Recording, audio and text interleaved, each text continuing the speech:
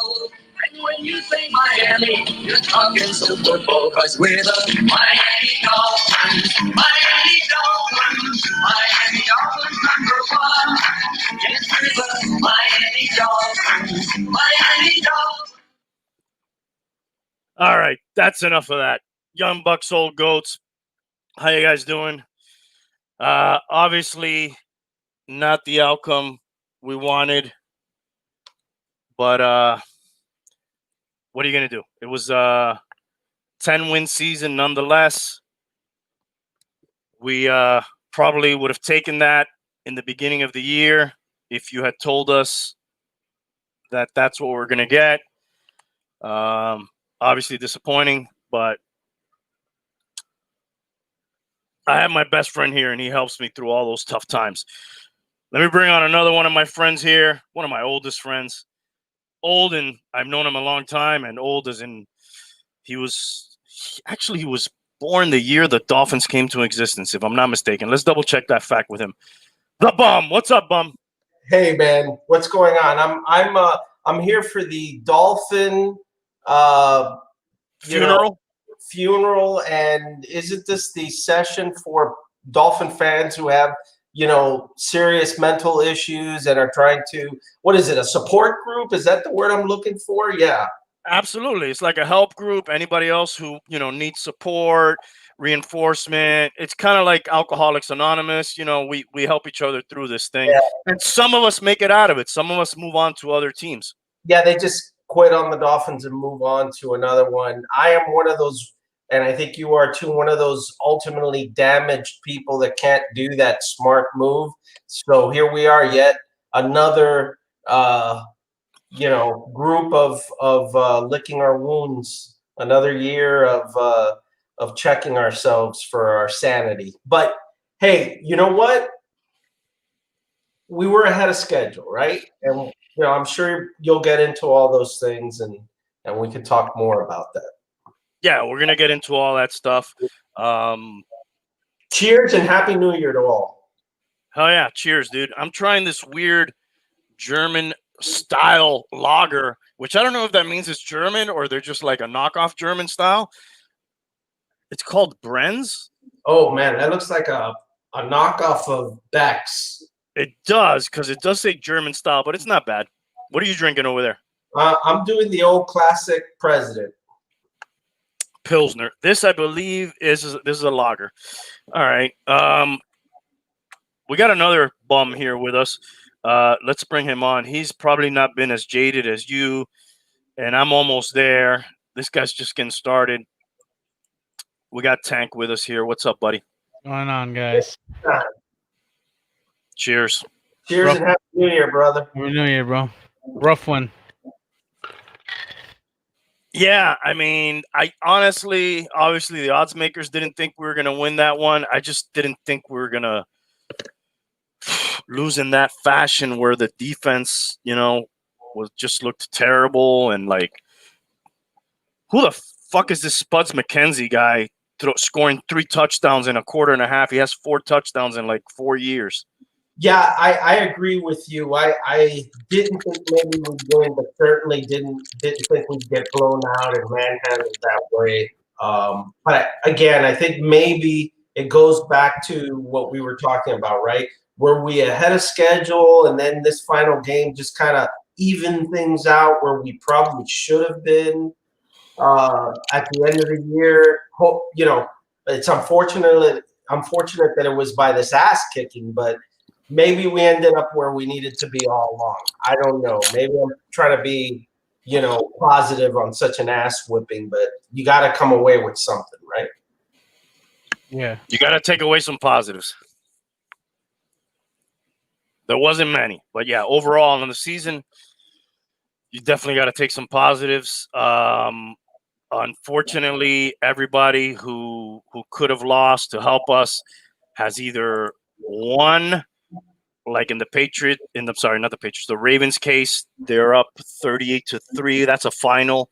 We got a final on the Browns-Steelers game, 22-4, and then the other game that can help us, which this is I got the Miami Miracle shirt on today.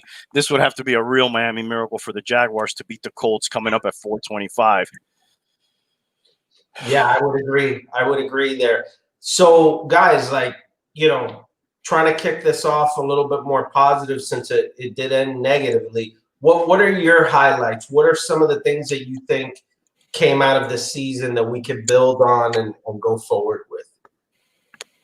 I'm gonna go ahead and just say that something that I found out now that they said it while the game was going on. Miami's defense is the only defense that has forced or has had an interception every single game so far. I think that's something they definitely need to work on or keep going. The defense has been solid this year. Build off of that. Yeah, for sure. Definitely agree. Yeah, the defense has some things there to to take into next season, no doubt. Yeah, for sure. I think that's one of their strongest point. I think they definitely should build off of that, and then work on that offense. That secondary, I was a little bit disappointed because that today, overall in the season, absolutely, you're right, Tank. Today, for whatever reason, that is the highest paid secondary in the NFL, and they got smoked by Spuds McKenzie, dude, and Diggs was going to do that to you, but when Spuds McKenzie burns you, that's tough to swallow. So just like a Budweiser is, right? Just like a Budweiser could be. They is have Spuds McKenzie Budweiser? Bud Light, right? Oh, Bud Light, man. Bud Light's a little bit easier to swallow, but still not that easy to swallow. Hey, we got another old bum here with us, and he can maybe bring us some unbiased opinion. His team's been out of it a while. His wounds probably have been licked all week long. We got Highly Comic Bro with us. What's up, dude? What's up, guys? Cheers, bro. Happy New Year, bro. Happy New Year. Happy New Year. Cheers. Oh, you're getting fancy with the wine. I got a Moscato in here. You guys are too fancy for me. Pinky's up. I'm also drinking this now. I switched. I got another beer. Anybody? This is a weird. At the same time. He's a two-fisted drinker. Yo, I was backstage and you said that does look like a. When I saw it, I was like, dude, that's Beck's. The Brent's beer that he had. It looks just like Beck's.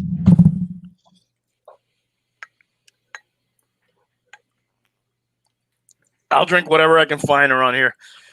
Is there any chance that the fucking Colts lose to the Jaguars?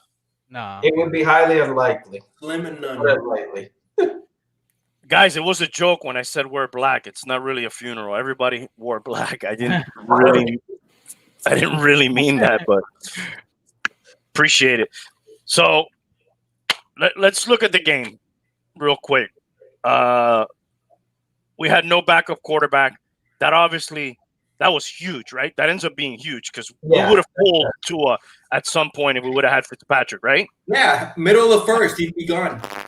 Yeah, and I think he probably would have, inspired the team a little bit, and you may have, been able to ride that wave a little bit, but yeah, no, that wasn't even an option. So you were cooked before. But listen to what you're saying. Listen to what you're saying, bro. Unfortunately, I do. A 56-year-old backup quarterback is going to instill life in your team in the first quarter. There would have been some hope. What are you saying, bro? What's the underlying tone?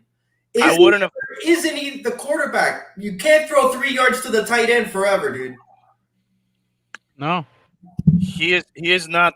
At this point, he hasn't shown anything that has shown us that he is the quarterback. But that's why it's nice to have that guy there. I don't think I would have put him in the first quarter, but definitely in the second quarter, I would have put him in, especially towards the end. Yeah, I would have considered it, towards the end of the first half, depending how the team was responding. But you're right, Hialeah. I mean, what does that really say about where the franchise is and where you're going and all that? I think right now, at least for me personally, for Tua, I've seen a guy who at best is a really good game manager, and at worst is kind of an inconsistent player. And I don't see elite anywhere. And I know it's his first year. That's why I'm not giving up. But when you look at Herbert and some of the other guys that have played, you've seen these flashes of elite play, and I haven't seen that from this guy yet. Tell me what you told me about him. Sorry, Hialeah. No, Tell me what you told me was the good things about him. You're setting me up, aren't you? No, I'm not. I'm just. Clearly the things that are good with him. He has a good work ethic. He's a good character guy. He's going to do the right thing. He's a good leader. But okay, nothing that technically wins you football games from they're intangibles, right? It's not his arm. It's not anything about his athletic ability. It's all kind of intangible things, and that doesn't always win you football games. So what you're saying is he's a nice guy, and Hialeah is also a nice guy, but he's not quarterback for the Dolphins. What did you have to say, Hialeah? Go ahead. Do you think you've seen enough of him? You remember the Kansas City game where they made that comeback and people were praising him? Do you think that was just an aberration? It was just by chance or what? No, and to answer your first part of your question there, I don't think we've seen enough. Definitely. I don't think so. I think you have to see a little bit more.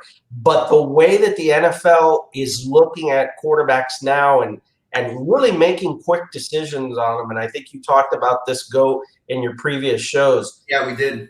There's not a lot of, hey, let's wait, let's develop. If we're going by that time frame, this guy has to make leaps and bounds next year. He's got to really take a huge step next year to really be still considered, a possible starter here. Developing a quarterback will probably never be heard about again in the NFL. You got to perform right out the bat, pretty much, man. I would agree. Going that way. And a lot of rare. A lot of it too is because of the college game, right? So many teams like the Alabamas, the Clemsons, the Ohio States, all of these teams are seen as super teams, almost playing at a very high level that prepares quarterbacks to almost step into the NFL. I think that's a little overstated, but I think you're right. There's not a lot of development. We may not see that for a while. Yeah. I think to me that's the issue with or Tua coming out of Alabama. It's exactly what you said. It's a super team. He had nasty receivers, amazing tight ends, and he comes here and he doesn't have what he had in Alabama. So it's definitely not the same. The thing about those teams too is the pressure that those quarterbacks play with in college. I think that's bigger than anything else. It's just the pressure, and I think that's why they're picking those quarterbacks out of there. Yeah, I agree. Because they're going to get it in the NFL. Yes. And Tua's handled it good, though. He has. Yeah, I wonder how much of it also is Chan Gailey, the old veteran, offensive coordinator, really trimming down the game to a very conservative kind of game plan where he's not allowed really to go outside of that. I wonder how much of that it is in Tua's case. His touchdown to interception ratio has been great, I guess, until this game. It's 10-5, which is still, Yeah, and some of the picks today, some of the picks were off of tips today, right? Yeah. Yeah, you can't blame the first two on him. Exactly. And before today's game, it was like 10-2, though, right? Yeah. Yeah. So I wonder how much they were trying to make him a game manager and kind of, slowly get him into the feel of games and not really, man, because I look at these other quarterbacks and they look like they're told, hey, I need you to throw 400 yards and 5 touchdowns. Good luck. Go get him, kid. I don't think that's what they're doing with Tua. No. And Also, does he have the personnel?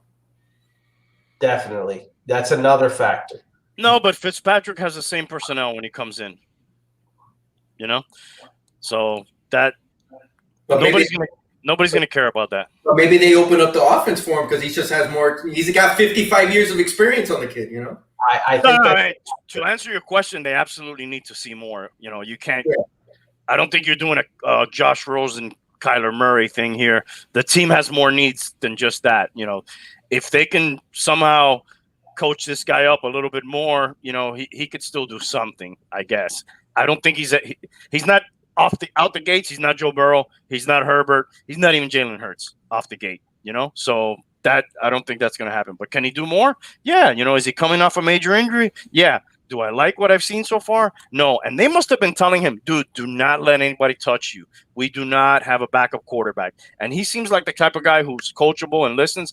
Dude, he was sliding all over the place. Like even in that one where he maybe could have gotten close to the goal line, maybe scored a touchdown. Most other quarterbacks try to put their head down and do something. Dude, he slid at the 3-yard line. That was so disappointing, man. Unless, he had one slide that was for negative yards. You're better off throwing an incomplete if you're going to do that. Dude, at the end of the day, I think you guys have to feel happy about the year. I think your team's in good hands with Flores. They need more pieces. They really don't have a receiver. Devontae Parker, yeah, he had a good game today, but is he scared of anybody? You're like on running back numbers 10 for the year. There's no running backs. The offensive line is trash. No, whoa. Their O-line's pretty decent. It's okay. It's the one improvement they've had. It's gotten better. It's not finished, but okay. it's the one thing letting them do something. Because if their offensive line was Tannehill-type offensive lines, dude, we'd be getting blown out every game. Okay, in the draft, I know I'm a freaking draft fiend. Do you go after the old lineman or do you go after Chase, the receiver? What do you No, if Penei Sewell's there, you go for him, bro. That's what I think. But you do get a receiver later and you do get a quarterback later. That's what I do. And there's going to be receivers later in the draft, exactly. Yeah. I think Kylie is right, though. I mean, you should be happy, where you feel. Like I said, after 10 wins, maybe we jumped the curve a little bit, and then at the end, it kind of all balanced down. We are where we should be. We still have a lot of picks next year. The coaching staff looks to be like the real deal. There's a lot of things to build on here. You got to see more of Tua, and after this first year, you just can't say that he was like some of these other young guys. Look, Raiders, Dolphins. I would be much happier being a Dolphin fan knowing my team has a good coach in Flores, where you're not sure of fucking Gruden anymore and you think maybe the game's passed them by. I would rather be a Dolphin thinking, hey, at least our team's in good hands and we're going to move forward and the guys are playing for him. Gruden, I'm not sure about. But, dude, you're not fucking telling me much there. I'm not going to feel better to be better than the Raiders, dude. I'm just telling you between those two teams, man. I'm just telling you between. Between cancer and fucking COVID, I'll take that. I've always said the Dolphins and the Raiders are the same teams, just on opposite coasts. Very similar, a lot of similarities. I sort of disagree with that. I think the difference between the Raiders probably and the Dolphins now for me is really the coach. But, man, I don't know. I think you're pretty good when you have Waller, Jacobs, the two young receivers that they've gotten. Ruggs, is it? Right. I mean, I'm pretty happy with that nucleus. I mean, they may be a head coach or maybe another quarterback away, but they have some pieces, man. They do have a few pieces. They do. And their offensive line is, for the most part, really good. But I'm not saying so much with the players, the similarities. It's just it's the same thing every year with the trajectory of the franchises. They were in the 70s, and after that, it's just been just losing games this way, losing the game against you guys. That's just heartbreaking. That only happens to the Raiders and to the freaking Dolphins, man. You're the same fan. You're just freaking hurt every freaking year, no matter who you have. And that range of wins between 9-7, 8-8, Yeah, 7-9. Yeah, 7-9. It's true what he says though. No matter what like players you got, if your coach is not it, there's not much you can do. There's only so much the players can do on their own. And there's only so much a coach can do with the players. It depends. It goes both ways. Yeah. But I like Flores, man. I really do. So far, I do like him, and just in some of the things that some of the other teams that have faced that defense have said about how confused they were, how many different looks that they get. I like that because that was something that was very common with the Patriots. People were always confused. They didn't have always the best talent, but man, from a scheme perspective, they seem to always throw something at you. Go say it, Randy. Come on, do it. Say it. What? You know what you're gonna say. Say something about the Patriots and cheating. Say it. Well, I mean, everybody knows. They knew the plays that were coming. I mean, that's been proven, dude. It's not like it's not news to anybody, right? You still gotta get your jab in there, though, man. Is that new? I mean, that's in the record books, dude. I know, but it's not you without that jab coming. You got. I mean, that's played out, dude. Brady got suspended. What other quarterback got suspended 4 games for cheating? What other coach has been twice suspended for filming? And oops, my bad. Didn't realize we couldn't film you. Oh, let me deflate your balls a little bit. Oh, you can't do that? I didn't know. Oh, I can't film your walkthrough? I didn't fucking know. Come on. And by the way, we didn't get our consolation either because they won. They beat the Jets today. I thought they had a chance of losing that game, and they actually won. So. I thought so too. I thought they had a chance. No cherry on that Sunday for sure. Yeah, but well, they're not in the playoffs either. Let's look at the scoreboard while we're at this here. So let's see if I can show you these are some of the later games. I don't know if I'm sharing the screen right now. Yeah. Is Mike Evans out? What did they say about that? What happened? He got hurt? Yeah, he like hyperextended his leg. No shit.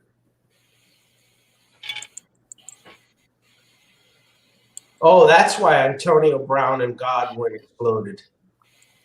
Yeah, Brown went off, right? Yeah. Hey, I was thinking about this. Antonio Brown, Bucks, he's been very quiet, right? No real drama since he's been there. Except that thing that came up about him, but it really kind of got killed. Yeah, there was something that while he was in transition to the Bucks, Something with some cameras or something, right? yeah, they attacked his his home association, or something like that, or broke some cameras, or but something. that got swept up. He's been pretty quiet. He's been a good kid. Well, what happened too is that they kind of postponed the trial till after the season, and Arians had said, if he's guilty of any of these things, he's not on the team. So somehow magically his trial got postponed till later, so that wouldn't come up during the season to kind of ensure he can stay there the whole way. Randy, can you take off the banner so I can see Hialeah's cute face? No, bro. We don't want to see that guy. Which banner? The Miami Dolphins Bills reaction? Oh, he's not even looking, bro. Look. No, he's half dead. Kind of like the fucking Raiders franchise. All right, so hate on me. I know it's a bad day for you today, so it's okay. I could take it.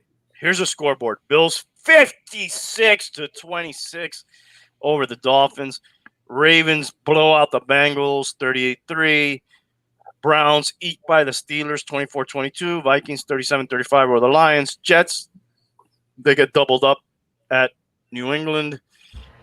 Giants beat the Cowboys. They had a chance to win the division. So now, what is the deal now there? The Redskins win. They win the division. But at the end of the day, who cares, bro? Really, who cares? Actually, it kind of sucks that one of those teams is going to go to the playoffs. Who cares? Some other 10 or 11 win teams sit out. Which we're one of them. Yes. Who cares? Sour grapes. Only their fan base cares. Are you going to watch that game today in Washington, Philly tonight? Fuck no. No. So what happens if Philly wins? I think the Giants make it. I think the Giants. That's right. Am I showing the screen here? Yeah. You're showing a screen. Do you see this is the playoff machine, ESPN playoff machine. So I just put if the Eagles win, yeah, the Giants get in. If the Redskins win, they're in. Right now, let's see. The only way we can get in is if the Jaguars win. Bro, that Baltimore Titans game looks good next week. But these are not 100% final yet. They're not. But Very likely. Right now, it looks that looks like a good game. Baltimore Titans. Steelers Browns again. Yep. And Colts Bills. Hey, they were talking about Josh Allen today in the game. He was like 56% accuracy last year, and this year he's in the high 60s. Yeah. That's sweet, bro. You get in, you bring in a Diggs and all this, and the shit clicks, and people hold on to the ball, and they're not dropping balls, and all of a sudden, he's got accuracy. Yeah, I had told the GOAT during the game that was his big knock coming out of college. That he was very inaccurate. But he has a cannon. Yes, and he was tough as nails. And now it seems he has everything. Dude, I liked them last year, bro. That's a nice team. That's a nice team. Diggs is going to help you, dude, when you get Diggs. I thought that was so stupid of Minnesota to let that guy go. But it's not. They got Justin Jefferson. He just broke the record for most receiving yards by a rookie ever. I guess they did a good job of replacing him, but damn, I wouldn't have let that guy go. Yeah, because Thielen's the old guy there. Imagine having Diggs and Justin Jefferson. I mean, Diggs was like a little cancer in that team, though. He was I think he was unhappy there. You're right. That's why they jetted us some off. I mean, at times, Thielen has not been happy. A lot of people have not been happy with Cousins at times, dude. That guy is kind of a disappointment for me. Dude, he threw for 400 today and 3 touchdowns. And he'll do that every once in a while to fucking make people think, but overall, I'm not a fan of that guy, dude, especially in big games. Yep. And he'll also give you 80 yards in 4 pick games, too. Yep, that's true. He seems to get better as the season towards the end of the season, though. He's always big in the fantasy playoffs for some reason. He always sucks at the beginning of the year. Yeah, so he's big in things that don't really matter. When the team's out, he's big. I guess a nice thing, dude, is that finally the Bills and the Dolphins are kind of relevant in this division, and the Patriots are not. That's kind of like a throwback to 20 years ago. Yeah. Yeah, I think I would have preferred, though, just the Dolphins being relevant, because here we go again. Now we're going to be fighting with yet another super team in our own division. I think that's really bad luck, man. But I guess Hialeah has that feeling with the Chiefs. So that's another 20. We're going to be the Dolphins in 20 years from now. It's like KC's going to freaking just run. Me and the GOAT were talking about that today, actually. Yeah. Exactly that. That guy's going to be there forever. And the thing is, that kid's good, bro. And he's a likable guy. He's likable. I don't hate him, dude. That kid's good. Good. And I like Josh Allen, too. Me too, man. I like him as well. There's no Brady factor there. I can't root against those guys. In fact, I would expect that would be on paper the championship. Did you guys hate Brady from the beginning? I like from day one. From day one. Brady. Yes. From day one. I'll tell you why I hated him very easily. I bet against him in his first ever game as a start. It was Peyton Manning, of all people, against the rookie. I think he was a rookie, Tom Brady. And, dude, he won the game, dude, and I lost money. I was like, God damn this guy. Then in the fucking Super Bowl against the greatest show on turf, the fucking Los Angeles Rams with Kurt Warner, Isaac Bruce, Torrey Holt, Marshall Faulk, all these guys, Azahir Hakeem, and they fucking stopped those guys, and they fucking won that Super Bowl. And then, the tuck rule. You, of all people, Hialeah, you should be first in line saying, yep, I hate that motherfucker. He ruined I our hate franchise. it. I hated that play, dude, but I'm not a hater. I think the guy is that good. He is that good, dude. You've never been the same since that.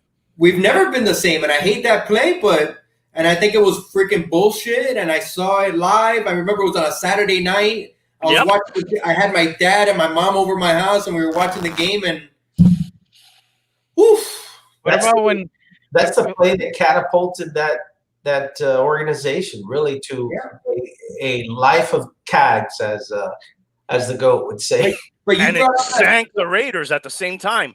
There was it was a crossroads. Yeah. We made the Super Bowl, I think the following year. Gruden left. We made the Super Bowl, and then we lost, and we got our asses kicked. But that Super Bowl win against the Rams, that's one of the biggest Super Bowl wins ever, dude, because nobody saw that coming. Yeah. Nobody saw that coming because the Rams were freaking a juggernaut, dude. You would almost think that they filmed the playthrough and they knew their plays. That happened. Yeah, maybe. Maybe that was it. If you ask Marshall Falk, he's convinced that But- that but happened. Conspiracy theories about that. But you know what? The Rams, they were the greatest show on turf, but they barely squeaked by the Titans in the Super Bowl previously, and nobody saw that coming as well. That was a good Super Bowl. So it might not have been so much. Maybe it was the Rams just freaking laid eggs. And the Rams barely made it to the Super Bowl. I think they barely got past the Eagles one year, right? So maybe it wasn't such a freak show, you know? Yeah, that was a finesse team. And usually those finesse teams, if you pop them in the mouth, if you start banging their receivers, if you start doing some of that dirty shit, well, even the legal stuff, right? Right. That starts to weigh. It's all based on timing, and those guys don't like to get hit, and that's how you kind of snuff that out. The Titans, Patriots probably saw what the Titans did and kind of built off it. I believe so. Hey, let me bring on one of our other boys, Chad. YouTube is 90 miles from Cuba. He's got no video. He's just got sound. What's up, Chad? How you doing, bro? Randy, just so all the 90 holics can hear it, YouTube is 90. And I got a question. Is this the Dolphins post-game show or the Raiders post-game show? Why the hell is this Raiders freaking fan on this show? I just want to know. But we need somebody to make us feel better, so that's why I brought him on. Hey, you know what? I guess when you pose it that way, that makes a lot more sense. So thank you for having me on. You've been doing a hell of a job since I haven't been able to be on the show. So thank you, brother, for having me. I'm filling in for you as best I can, bro. we need to set up a match between Hialeah and 90, dude. Pay-per-view. Yeah, backyard wrestling. Let's do it, bro. Yo, we Or can make backyard it, boxing. or we can just have our rematch in basketball, Hialeah. Whenever Yeah, you're we need ready. to do that. When you want the smoke, you let me know. Hey, bro. he I beat got an you. 18-year-old, 19-year-old, so you gotta No, watch out. 90 beat me when we played. 90 beat me. So Oh yeah, bro. Yeah, I was not letting this guy beat me. Get out of here, bro. This guy was not beating me, man. But Hey, speaking of old men playing basketball, anybody follow the comedian Tom Segura? yes, of course. Did you see he released a video of him breaking his arm and fucking up his knee at the same time? No, I did not see that, but I playing did see- basketball? Yeah, he was trying to do a dunk. It's like a 41-year-old kind of, No, okay, I'm heavier sure- guy. No, but what you need to see is him and Bert Kreischer going at 2 versus 1 against this YouTube basketball guy named T-Jazz. They literally play him 2 against 1, where all their points. Oh, he's breaking up. Is it? Yeah, I was gonna ask you if it's just So me or worth if 2, and their 3-pointers are worth 3, where the kid's got to play any. Yeah. Yeah, you're kind of breaking up. Can you hear me? Yeah, you're good. Well, you guys just talking. No, go. We can hear you now. Go. Oh, he's up. Let me see if I can show this video. Oh my God, are you serious? Oh, it's been removed, the video. Anyways, go look it up on your own time, dude. It is Tom Segura. It's pretty pretty hilarious. But he breaks his arm and what else? Like his ACL or his MCL. Wait, there's a picture of him. The aftermath right here. When you guys talk, Wow. Everybody's making memes with him. Look at his elbow, the way it's facing, and he's holding his knee at the same time. Oh my god! People have been making all kind of memes. Oh, It's hilarious. hurt me. Oh man! Hey, the flu game. let me see. Show that one.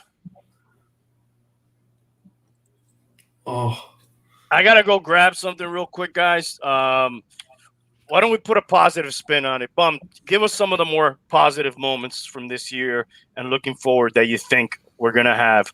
That we got to hold on to something. So give us some positive.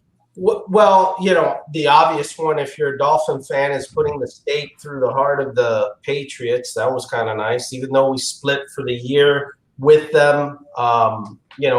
Ending their run was kind of a nice thing, obviously. The defense, Tank mentioned, played well this year. I think there's some good things there. So plenty to build on, right? What do you guys think? What about I was thinking Josh Allen. He's this is his third year, right? yeah. His first year wasn't too hot, I believe. Right? No. They went like 5-11, something like that. Yeah, but last year he got him into the playoffs. Yeah, right. He's getting better. They were a wild card last year, and I think this year they're the number 2 seed. Yeah. Yeah, he's getting a lot better. So you can't.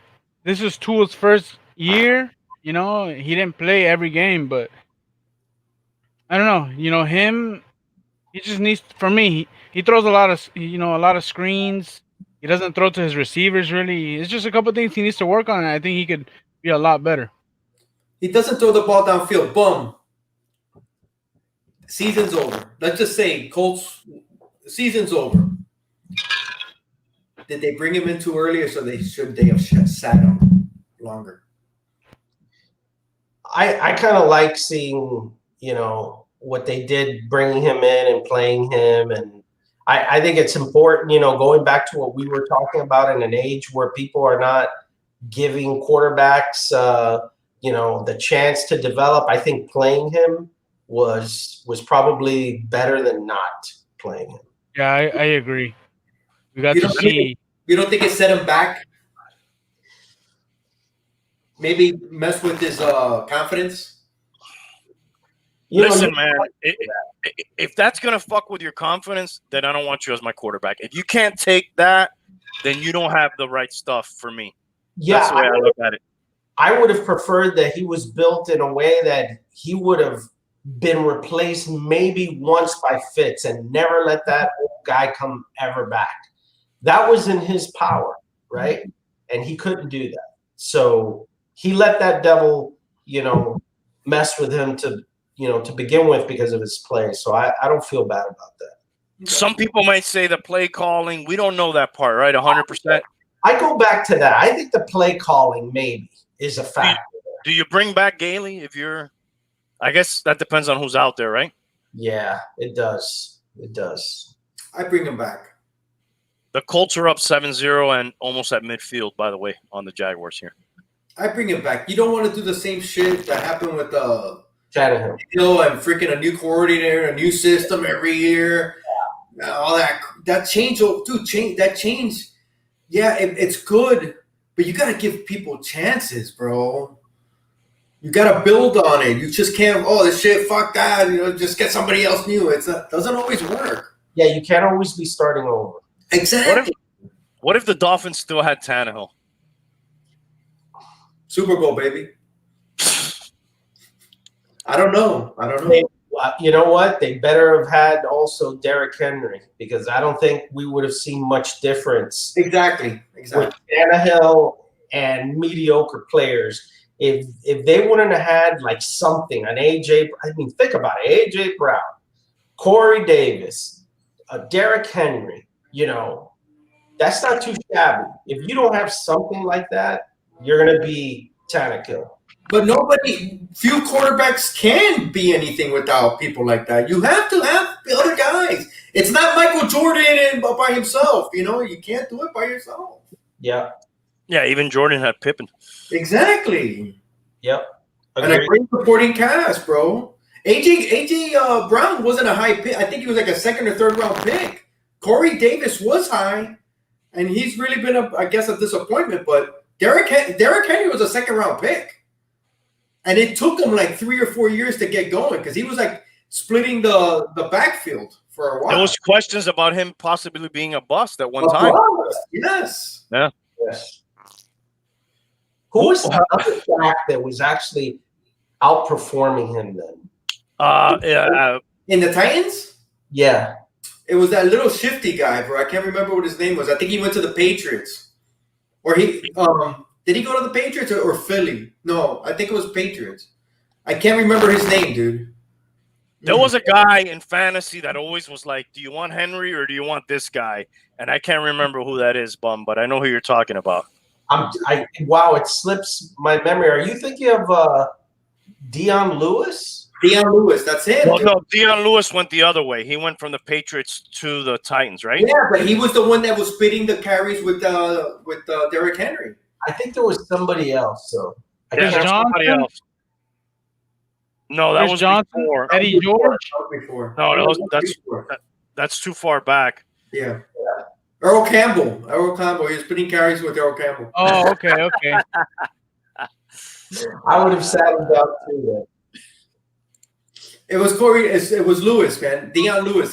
It was like the thunder and lightning kind of backfield, and Lewis was the pass catcher and Henry was running. But they had DeMarco Murray at one time. Remember that? DeMarco Murray. DeMarco Murray. That's the guy. That's the guy right there, DeMarco Murray. That was like one season though. That wasn't too much. Yeah, but he had a really good season for him. Yeah. Oh, DeMarco. Yeah. And he kind of kept this guy on the bench. Yeah. DeMarco had a freaking great season, and then his second season he kind of tailed off. DeMarco Murray.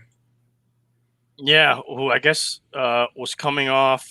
He had a couple of very good seasons there. He had one with like 1,300 yards, and then he had one where they kind of evenly split about 700 yards. Yeah. 2016 and 2017. Did they have that guy that always looked great for a couple of games, but he'd always get hurt? Ryan Matthews. He came from the Chargers. Oh, but he was an Eagle. No. He went to the Eagles. He went to the Eagles. Yeah, he did. Mario, Ryan Matthews. He went to the Eagles. He was the number 1 pick for the Chargers. Man, that guy always looked good for a few games and then hurt. He was like always hurt. Yeah. Forgot about He's that. out of the league, I assume. Yeah, those guys are gone. And so is Murray. Murray's gone. Playing pretty well there in the Titans and then gone. Yeah, he's gone. Let me pose this question to everybody here. We'll start with the Bum, since I think he's the oldest. Would you draft a quarterback next year? I would. And where? I'm sorry. And where? Well, and I think, put it this way, I'm not against it. I would, but it all depends who and where it falls to me. I don't think I'd do it with the first round pick. But, I think you touched on it in your last show. I think I'd go with that kind of Chula mentality of always trying to find somebody out there, to keep that pipeline moving. I don't think that's a bad thing. And, I'd be in favor of it. I just don't think I would, use the top pick on a quarterback. All right, Hialeah, how about you? If you're Dolphins? If you're the Dolphins GM, are you picking a quarterback next year? I don't got a problem against it, but I wouldn't do it. I wouldn't do it within the first 5 picks. I wouldn't mind a 6th or 7th round pick. Take a chance on a quarterback to develop. It's not going to hurt. I think it'll be smart. But they still got so many other needs and they got so many good picks, you can make your team very good. Just not focusing on a quarterback because you already did take a quarterback high, man.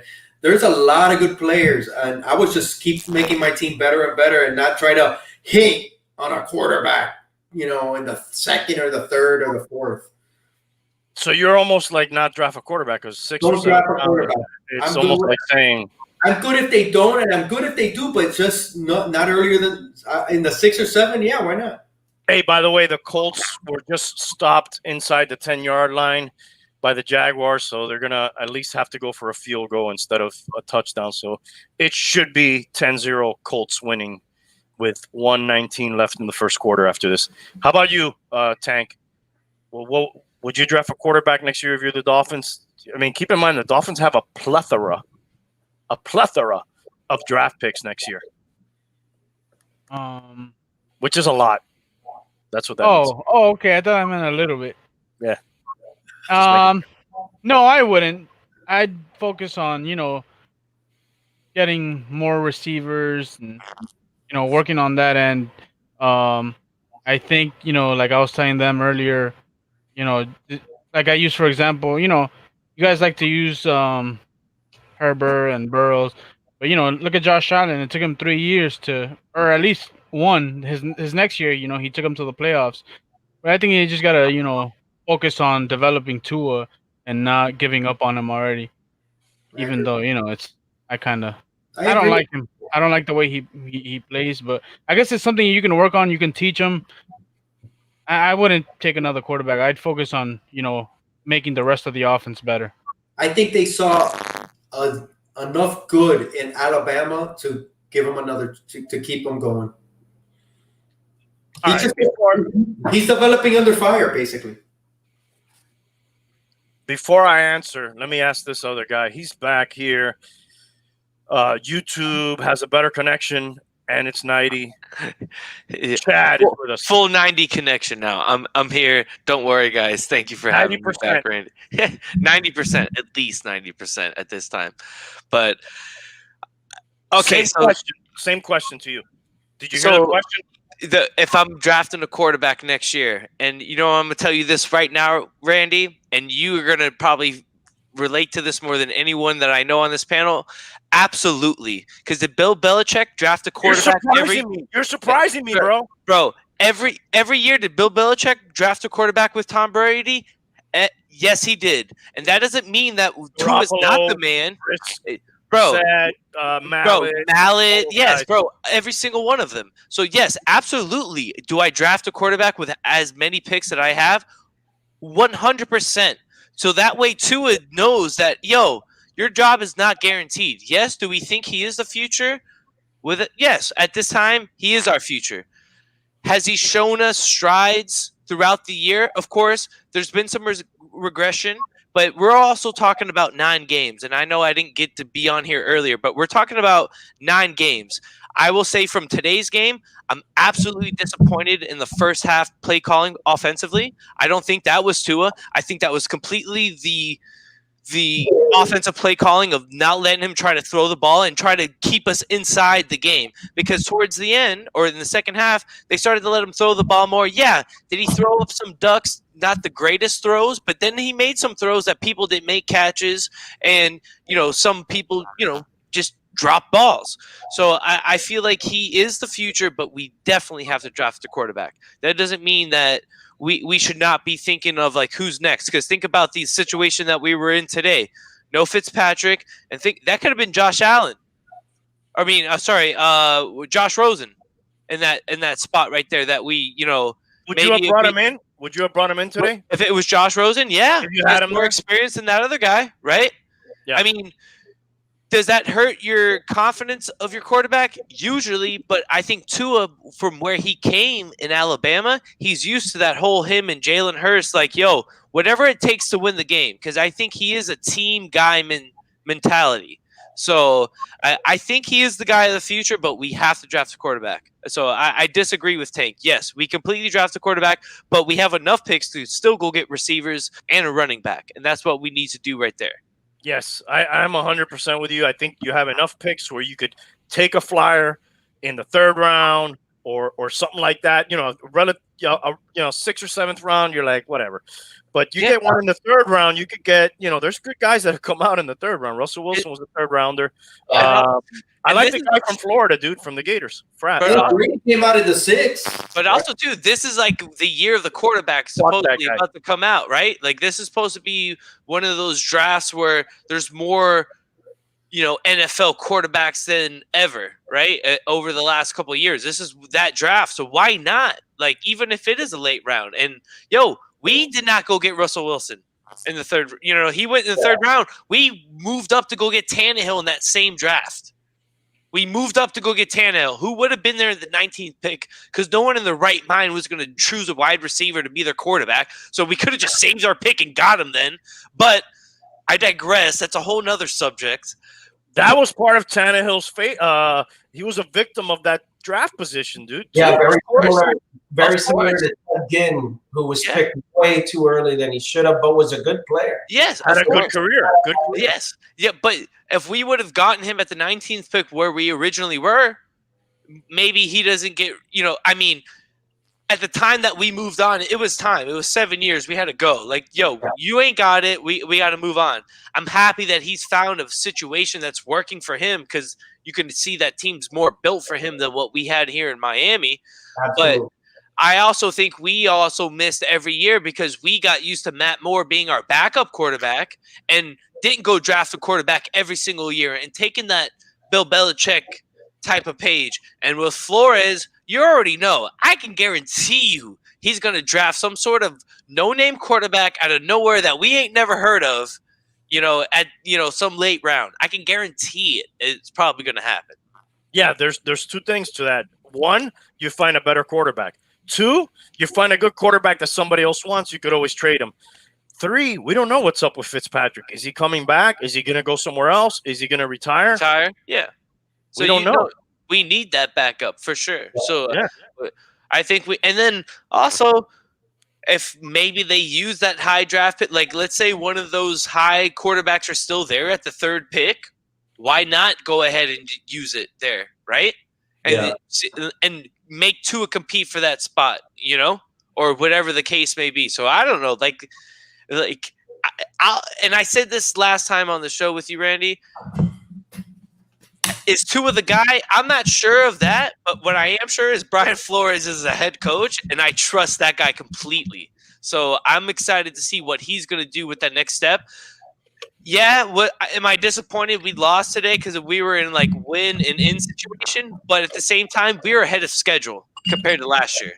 We're ahead of schedule. We're 5 games more. We've won, 5 games more than we were going to win last year for sure. So I'm excited. I think I agree with something you mentioned, 90, about the play calling and, how much of the shackles did they have on Tua. It seemed like, always a dumbed down offense, and, they didn't let him really kind of,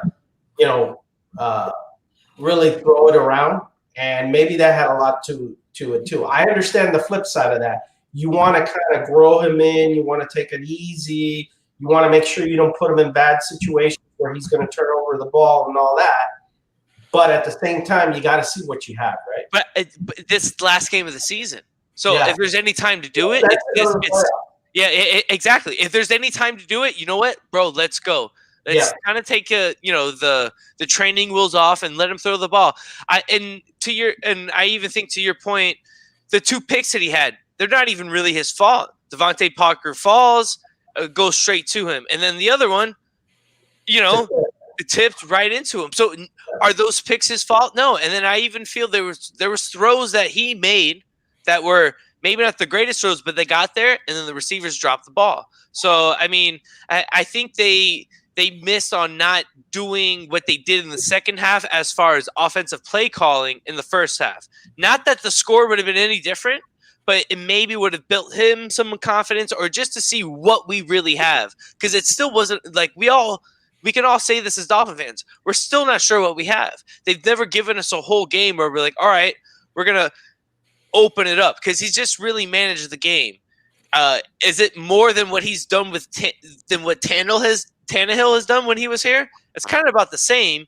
But I think as far as athleticism and decision making, he's made more better decisions this far in his career compared to Tannehill. If I had to compare the two, and I'm only speaking as a Dolphin fan because I've watched every single Dolphin game over the last easily 26 years of my life. So I don't know. I'm disappointed on the play calling because I'm still not sure if we have the quarterback because we're not sure. And the few times I let him throw the ball, it was kind of iffy, and Devontae Parker came up with some big catches, he read the one-on-one and, hey, I'm going to let Devontae do his thing, and then one time it failed him. So I don't know. I mean, when I think about that, I think there's probably blame to go around. Some of it's play calling, some of it's his play rhythm, right? There's a rhythm that an offensive coordinator probably develops with the plays that you are executing as a quarterback. And there was way too many fucking 2-yard fucking plays for my fucking liking, or plays behind the line of scrimmage. So there's a little bit of everything probably to go around. His inability, his play calling together just led to the failure, right? Mm-hmm. Not good play calling, not good passes, not confidence. Weapons are not there. A bunch of shit when you put it all together that led to that fucking outcome. You can't put it all on one guy. We got to see more. No, for sure. But at the same time, though, I will say this: both the first, I think, offensive drive and that first defensive stand when they got the interception, Flores throwing the challenge flag, he made the right call there. We did come out with that confidence, like, hey, we're gonna bang with Buffalo, because we all know they've proven to be the real deal all season, right? And I do think the Dolphins did come out with the right mentality and the right attitude. It just didn't go their way, and it just they somehow crumbled somewhere in all of that. And, to your point, Randy, the play calling wasn't going right, as far as, the momentum going. So, but I do think they came out with the right mindset, because the first, I think, offensive drive and that first defensive stop, that was the best thing of the whole game from, the Dolphins that far. And I think the GOAT said it earlier. One thing that was surprising that you were kind of betting on was for that defense to be a little bit better. And they got scorched kind of after that first stop, kind of got burned a lot. And that's probably your strength. As the coach said, it's where you're paying all your money to. So that was a little surprising. If that may have held up a little better, maybe it would have been a different game. But now we're talking, woulda, coulda, shoulda. So, but also, I don't want to. I mean, of course, our defense didn't show up. But I'll say this as someone that has been, trying to really judge the Bills to see if they are the real deal. And, to me, I'll shout out to Josh Allen. He made the right plays and the right throws every single time. He broke out just enough to make the right throws. And then he threw the ball away when he needed to every single time, and I hate to say this as a Dolphin fan, but it was very Tom Brady-esque in the sense of, I'm not going to not make the right play right now for his team. He took a little air out of the balls? He could have. But I'm just saying, even when he threw away the ball, I was like, damn, he even chose the right time he knew he had nothing there. Our defense showed up in those plays. He knew he had nothing. He threw the ball away. I was like, God damn it, fucking McDermott did not sit those motherfuckers into the second half, dude. No, man. Fucking attacking, dude. Fuck. Bro. Yeah, but they wanted that second seed really bad, man. They wanted that. Hey, and some perspective, right? At the end of the day, man, we had a rookie quarterback. We have a second-year coach, even though I am very happy with the coach. The Bills are an ascending, peaking team. I mean, it's kind of hard really to compare that. We get a little greedy because we are so ahead of schedule that we kind of think, oh, okay, well, we're gonna get the play. No, I agree with you there. Bob. And I actually have a buddy of mine who's a Bills fan, and he messaged me after the game, and we always jibber jabber throughout it, but he's like, "Yo, man, I never thought that we would be here this quick." By the way, as a Bills fan, I was like, "You're right." Derrick Henry just broke free for a 50-yard run, so they're up 10-3 on the Texans, which that's good news for the Dolphins. That keeps us with the third draft pick in the 2021 NFL draft. The problem is Indy, right? If Indianapolis loses, we can get in, right? But they're playing the Jags, so I think that's a wrap. They're up 10-0. All right. Well, you know what? It was fun while it lasted.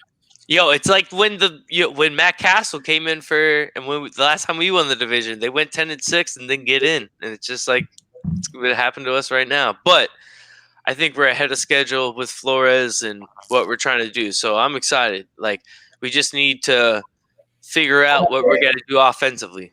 And the picks that we have, we still have draft capital to really make this football team, good, and still had 10 wins. I mean, that's pretty damn good. I'm with you, Bum. I got a couple of things I wanted to go over with you guys. One, let's just check out the draft. We're talking a little bit about the draft. Let's look at the draft from 2020 and kind of see what we think about those guys or what we got out of those picks. So I'm just going to go over all the I think we had like about 10 draft picks. Tua was the first one. We've talked about him extensively. I think we all know where we all feel about him. We don't know yet, right? That's that would be the consensus. Yep, I agree. How about Austin Jackson? Starter. Well, he got hurt and was out a couple games, but I believe his what's that rating? The Pro Football something or other. The people that make the ratings. Yeah, I think they have rated pretty well.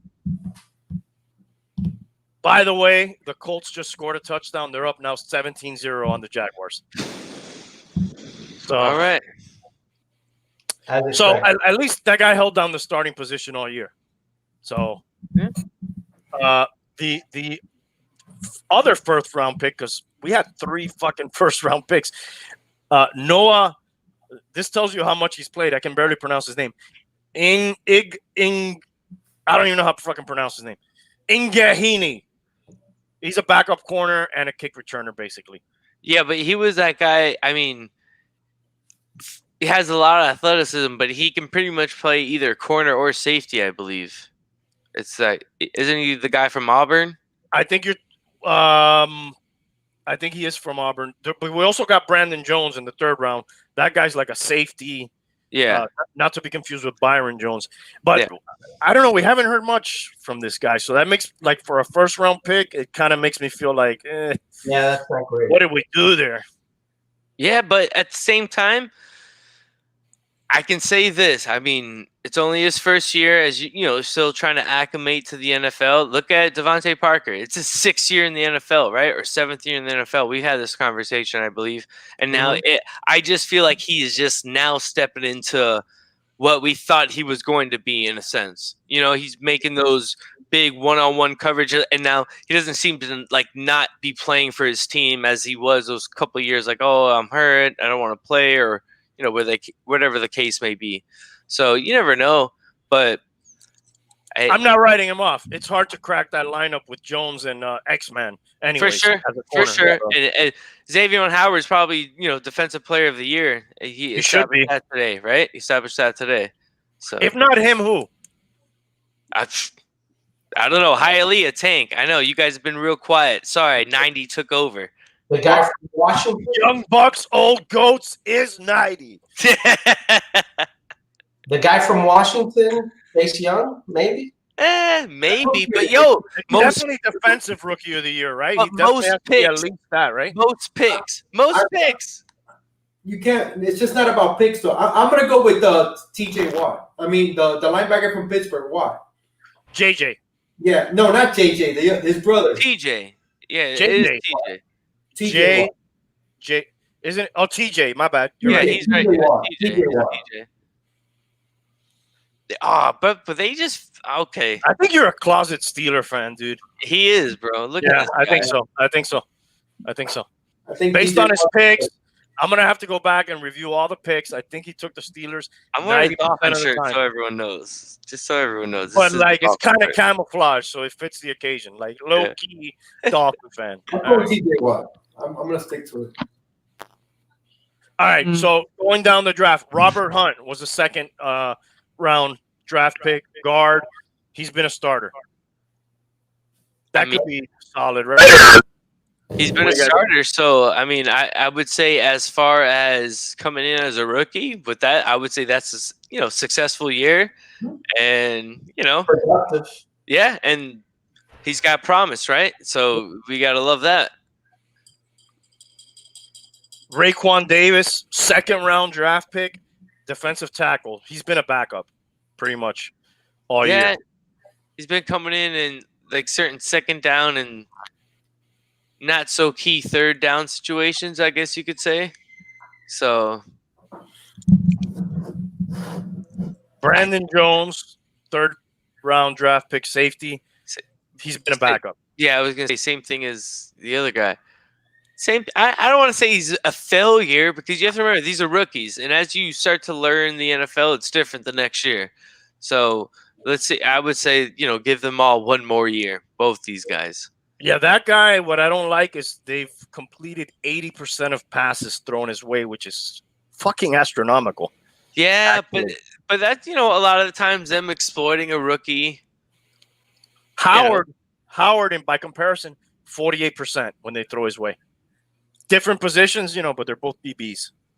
Yeah. And he's like a special teamer. Solomon Kinley, another guard.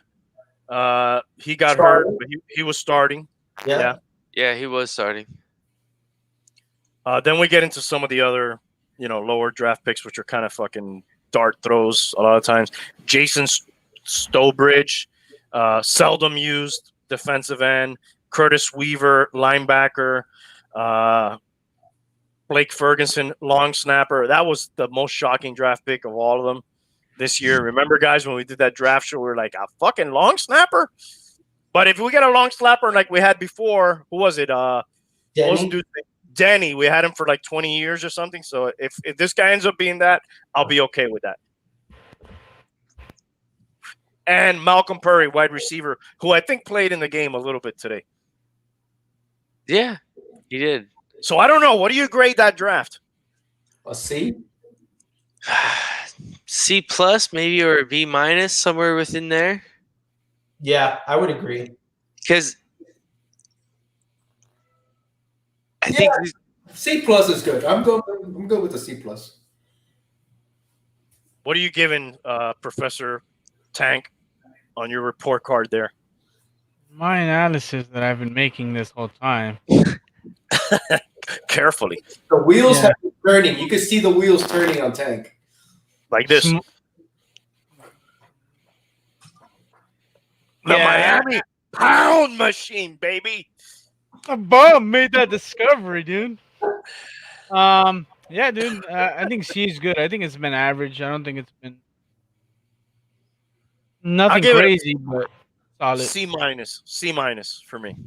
Yeah, it's tough too because none of those positions are like, super high glamorous positions. So they're all mostly trenches, depth. So it's hard to really say, it's not like there was a wide receiver or running back or something in there that really has attention, right?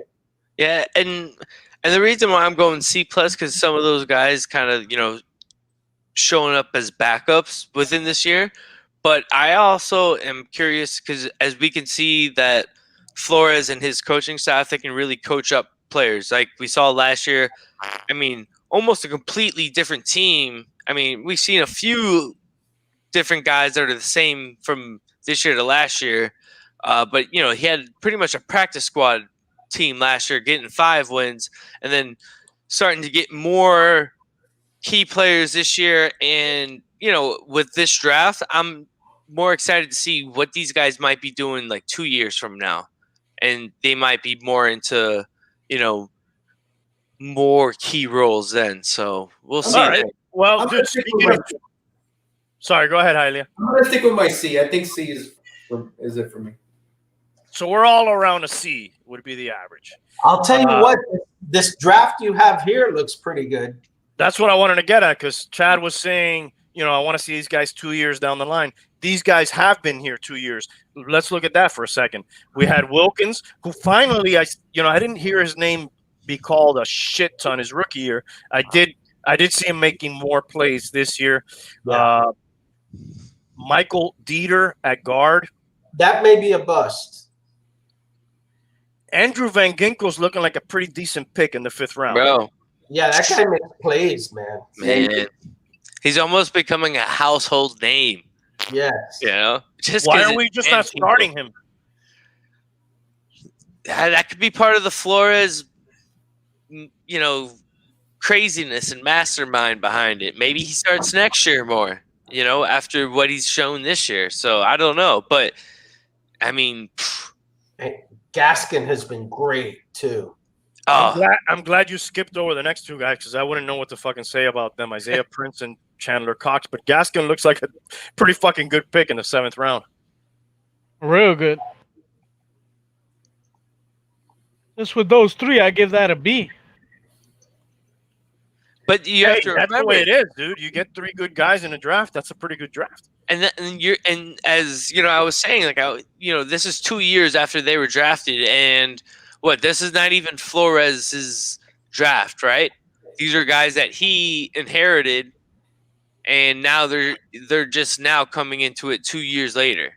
Well, no, isn't this his first draft? This is his first draft. That was his first draft? That's his first draft. He didn't draft him, but yeah, he was there when they drafted him. Yeah, this is his first. Yeah. Can I go back 1 year here on this? What did I do? Previous season right here. All right, this is Yeah, that's the one before. That's the one before him. I probably would give this draft a B, dude. B Yeah, maybe. For the players we kept. Obviously, Minka's not there. I don't remember who we got for him. I think we got picks. We got picks, but I don't know who those picks ended up being. Maybe it was a number Austin one. Jackson. It was a number one, wasn't it?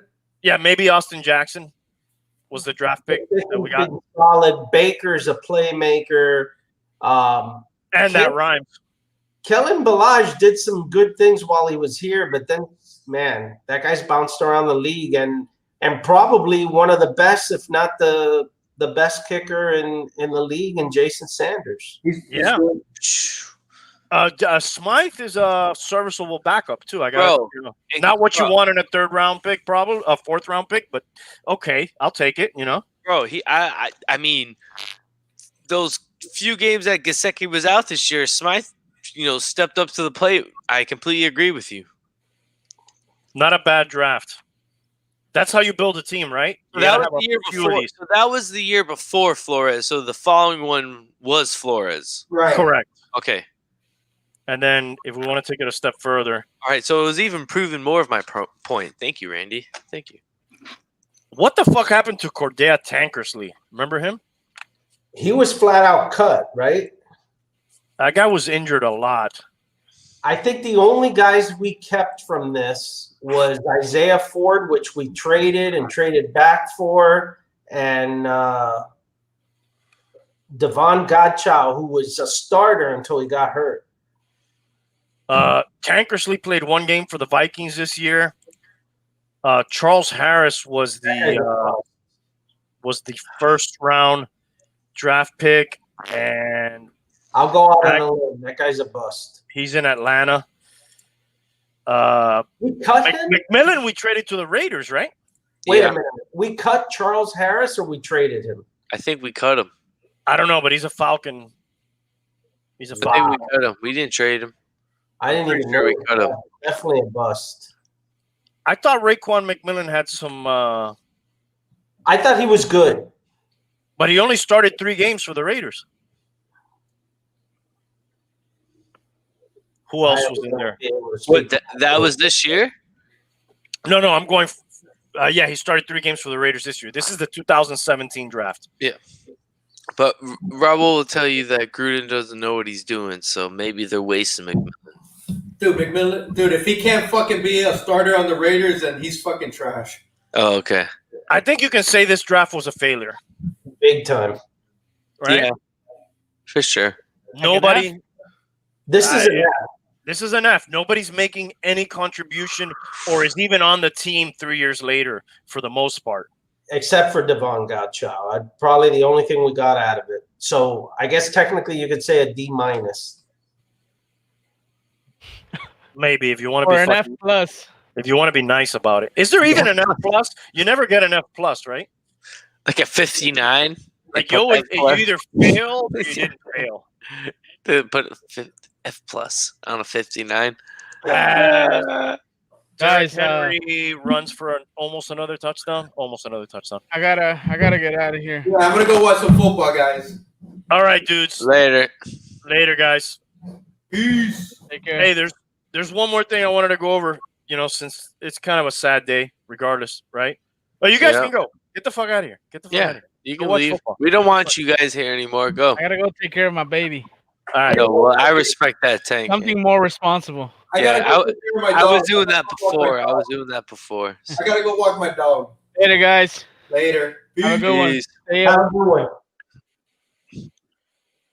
All right. Only the real Dolphin fans are left here now. It seems that way. Chad, what year were you born? And I always ask this to just know where people's Dolphin, or what year did you become a Dolphin fan? Well, no, I always make the joke. I was born in '88, and since then we've pretty much been 8-8, right? Like, since I could remember. So, I mean, I've been a Dolphin fan all my life, but I would say, mid 90s, probably like 96, 97, 98 is, when I started to like really remember things happening, like those later Marino years. Unfortunately, end of Marino, you always say that. And I go, sadly, I guess what I remember the most of Marino is him being blown out by the Jags 63-7. Which was that same year that the Rams beat the Titans in the playoffs. I think that was the same playoffs, if I'm not mistaken. But I wanted to go back and talk about like some happier times. Okay. As Dolphin fans, there's a lot of pain there. The bum talked about it earlier. The only advantage to being an old bum like me is that I did get to see some of the happy days. Yeah. But let's just talk about some of the greatest moments or best plays in Dolphin history. I have some jotted down. I prepared for this, but I'll let you guys go first. If there are any off the top of your head, some of the greatest moments, some of the best. We'll just go around if you want. Bum, you can go first since you're the elder statesman here. Oh, wow. I always throw that in when I can. Yes. Age before beauty. Age before beauty. And by the way, I was born 2 years after the Dolphins were established, just so you know. Damn, you waited a long time to correct me. You waited a long time. You said that earlier. I wanted to reduce, the participation. So not everyone knows. But I'll do an Instagram post on that. I think of give me one. We're gonna go around. Just give me one. Your favorite. The epic in Miami, the playoff game against the Chargers. That's considered one of the greatest games of all time, even though we lost. So that's certainly one that I remember very early on. What's the key play in that one? The one that everybody remembers. The hook and ladder. That's the hook and lateral. That is the big play there. I was watching that with the kids today, and my wife knows nothing about football, but she was like, "Why don't they do that more often? That was awesome." I'm like, yeah, it probably doesn't work that often, but it seems like teams don't try that kind of stuff as often as they should, right? Sometimes, it's almost like children. When children say things, they don't lie. People who don't know about things say things, and they're like probably true. Maybe teams should try shit like that more often. They're afraid of the disaster that could happen, I think we were losing 24-0 going. Makes it easier to try that. It's kind of easier to do it, and certainly a play like that, if you pull it off, it's such a momentum changer. Even though you were still down by like 2 touchdowns or 3 touchdowns or 3 scores, it's huge, man, especially in the Orange Bowl. You seen that one, Chad? I'm sure you have seen. I've seen the highlights and the replays of it. But I wasn't able to, experience it firsthand. Archive footage in a museum of that. I've heard the stories from the elders. Of course, from my dad and my grandfather. So, but Transcribed from stone tablets. Yes. Papyrus. What was the one you said? yeah, exactly. Papyrus. From Egypt. That's what we were using then. You're up. Give me one of your favorite moments. Oh man. Well, I guess more one of my favorite moments. I guess, and I guess this is just because I was, kind of there, and it was part, NFL history when J.A. Ajayi broke those 3 games, for rushing over 200 yards for 3 games straight. I was there for that, and that was pretty cool. And it was on the Bills. It wasn't too long ago. It was when we were still like, the Bills and the Jets and us. We're all the same team because we were trading players amongst each other between then, but that was something that I won't forget because it was NFL history, and I was there live, and that was pretty cool. So that's one that comes to mind, and I guess I have a couple others. I had one that we'll keep going around. We'll keep going around. I mean, I'm sure I have one that y'all are going to say, but I guess that was one that as a newer Dolphins fan, and I will say this: I was sad to see us trade him. Because I did think he was, a special player, and I guess it was kind of short lived. In that position and running back, you're kind of only like a flash in a pan. But I'm happy that he went to a team and was able to win a Super Bowl. I thought that was kind of cool too. So. Yeah, the word on him when we drafted him was, bone on bone. He's not going to last long. I guess that kind of held up, right? Because he kind of didn't do much after that Super Bowl win. But I fucking forgot about that, dude. Actually, that's why I want to do this, dude. We forget about good moments when we're dealing with this kind of shit. I would say, he had the average NFL career is only 3 years, and he surpassed that. I think that's something that most fans don't realize. So okay, maybe he didn't turn out to be this big time running back that maybe we thought he was going to be, but I think he surpassed the average, or was at least the average, and got a Super Bowl out of it, and he made some NFL history. So I think something I remember. I'm sure he'll take his career, dude. He's not a bad career. But yeah. I'll give you another one. This is one of my favorite personal moments.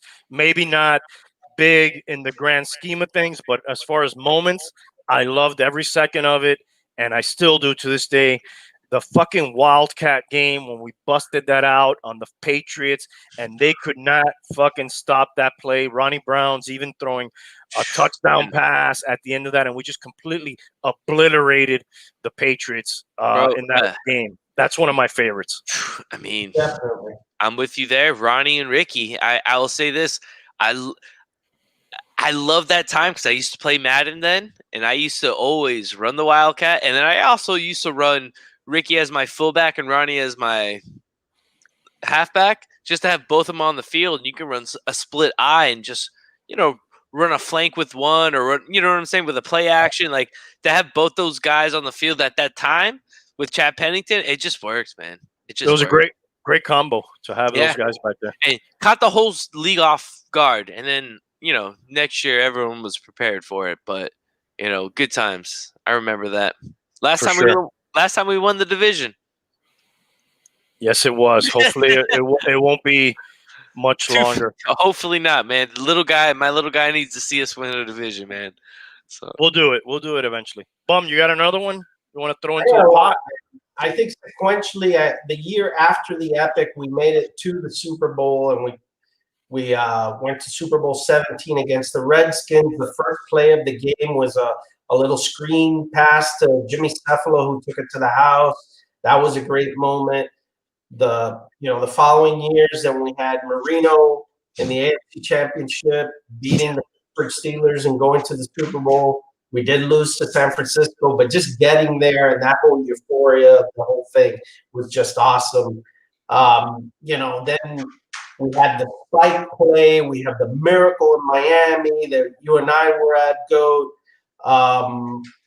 they're the games, the last playoff games that we won against Peyton Manning and the Colts. We were also there for that one. And what was that, 2000? That was the Lamar Smith game where he went Lamar off. Smith. They smoked him, gave him like 500 carries, and like the next game he was like unable to like raise his hands. Last playoff win in Dolphins history. The whole 2008 when we did the whole Wildcat and really we won the division the last time we did that. I mean, that was certainly awesome. Great times there. There's a ton of moments, but those are certainly some that come to mind. Oh, the 85 Bear game. Sorry. The 85. Save some for the other guys, bro. Oh, man. Yes. That was a fucking great game, dude. The Bears were undefeated, fucking historic defense, and they come down to the Orange Bowl. You were at that game. I was fucking 7 years old. I couldn't be at that game, or 8 years old. But that was just a fucking awesome game. You ever seen any footage of that game, Chad? Yes, I have. And awesome. I don't want to make you feel a little bummed, but when you said Jimmy Cephalo running in for a touchdown, I only know that guy calling games. I'm like, what? You played football? What? Yeah. So you look great, by the way. I can't tell how old you are, but you look great. Just based off of these stories you're telling. So yeah, we got a good makeup crew over there that prepares him for the game. What is it? Goat Pen Studios really does a good job with the makeup. Yeah, we have somebody there that preps him up. All right. Well, I guess I gotta throw one out there before he says it or before you say it, Randy. Go do it. Fake spike. Come on, Marino, I got that on my list. Man. Yeah, that was a great moment.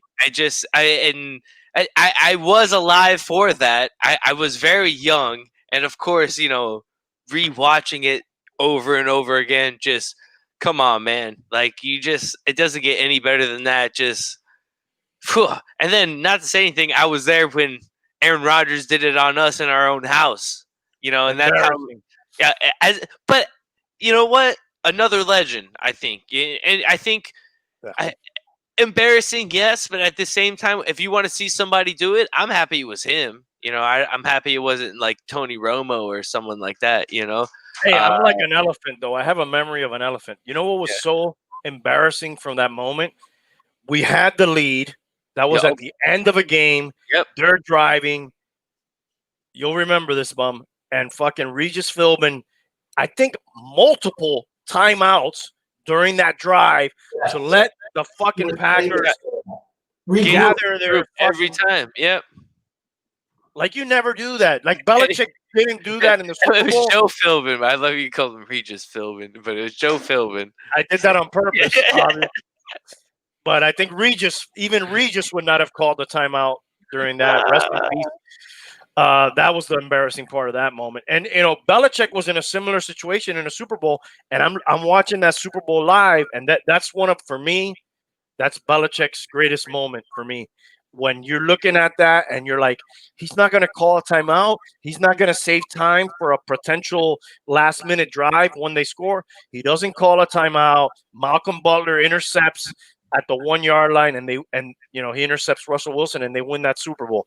That to me is Belichick's signature moment, amongst many, obviously. But for me, that's like, God damn, bro, you know what you're fucking doing. Obviously, if he scores a touchdown, I don't say that, but it worked out that way. Oh man, I don't often give that guy props, but I'm gonna give him props for that one. I guess there were some props there, but I also feel like there was something not said in that huddle. Because granted, yes, that call comes in from the coaches, and that might have been Russell Wilson, saying, "Hey, this is the call." But I'm surprised that someone else in that huddle wasn't like, "Nah, we're here. Give me the ball. I don't care what they say." That was ball in football history. So hands down. And to your point, I don't want to take away from Belichick calling, I guess, the right play for the pick to happen, but was it really the right call? You know what I'm saying? Like it was just given to them. I felt like it was like I don't know. I felt like at that point in time, even though the stats were against Marshawn Lynch on the 1 yard line, because that's what justified their decision, right? At that point in time of the year, he was like under 50% from getting in on the first, the 1 yard line. But that's also like the guy that probably got you there to that point, right? So it just didn't make any sense. Best running back in the NFL at the time. Easily, right? I'll give you another one. This is way back. The bum might not have even been an embryo at this point, or a sperm cell. Opening kickoff. When we start this franchise, we run that back for a touchdown. First play in Dolphins history. Kick Joe return. Auer. What's the guy's name? Joe Auer, I believe. And no, I was not at that game. Shout out to him. We're not sure if the bum was at that game or not, but shout out to him. The Leon Lett game. Remember that one? Great games. Thanksgiving in the snow at Texas Stadium. And I think we were at your aunt's house, watching that. Yes, we attempt a field goal. It gets blocked. Leon Lett at the end, as the ball's still moving, touches it, trying to fall on it. We get it back, and then we get to kick a field goal to win the game because we got the possession back. That was another great, and that was the Cowboys at kind of the height of their powers too, I think. Yes. I mean, I got one. I mean, not that it was significant and anything happened from it, but when Ricky, pretty much ran for 2,000, when Wansash just giving him the ball every single, like that's all we had, and he still was able to that season was incredible just to see what he did, and we had nothing else. It was pretty mind-blowing. And that's one for me as a kid, like he will always be my favorite running back because this is my team, right. And I think it was because of that season. Like we had nothing else, and people still had the defense was awesome too. Yeah, the defense. No, exactly. We had Zach, you had Jason Taylor, and you still had just Sam Madison. Yeah, and Sam Madison, Patrick Surtain. Like you still had those guys there, but it just, I don't know. Like he was the only thing we had offensively, and it was crazy. The only thing offensively we had. And then he retired after that because they killed him. Yeah, because they killed him. I know. We didn't want him to retire either, dude. Yeah, I know, dude. I know. No, I'm still here. Hold on, let me fix this. How about the Dan Marino comeback game versus the Patriots when he comes back from the Achilles injury? Yeah, that was a great game. And he scorches them on that muddy field. We had that whole free agent Fryer, Ingram, Keith Jackson, Keith Byers influx, and he throws, I think, 4 touchdown passes. Yeah, that was the 94 season, and really that was Marino's really last best shot. It ended with a missed field goal in the playoffs against the Chargers, and that was a tough one. Probably one of the toughest losses that I ever saw. Yeah, at least we were in the playoffs during that time consistently. That's true. I remember being embarrassed of the Jay Fiedler era, but God damn it, I would fucking kill anybody to be back in the Jay Fiedler era. Might have been still to this day the best quarterback we've had since, and everyone hated it. Yes, and that's crazy. How do you say no? How do you say no that he's not right? Like, what? At least 2 or 3 playoff appearances, maybe 1 win, but how do you say that that's not the best quarterback we've had? Since Marino? Yeah. And he was the one right after him. I mean, I might agree with you there, Bum. I might agree with you there. Tough act to follow, but he was 37-23 as a starter. Look at that. Look at that. Only threw for 3,000 yards once. Jesus. Only had 20 touchdowns once, and it was exactly 20.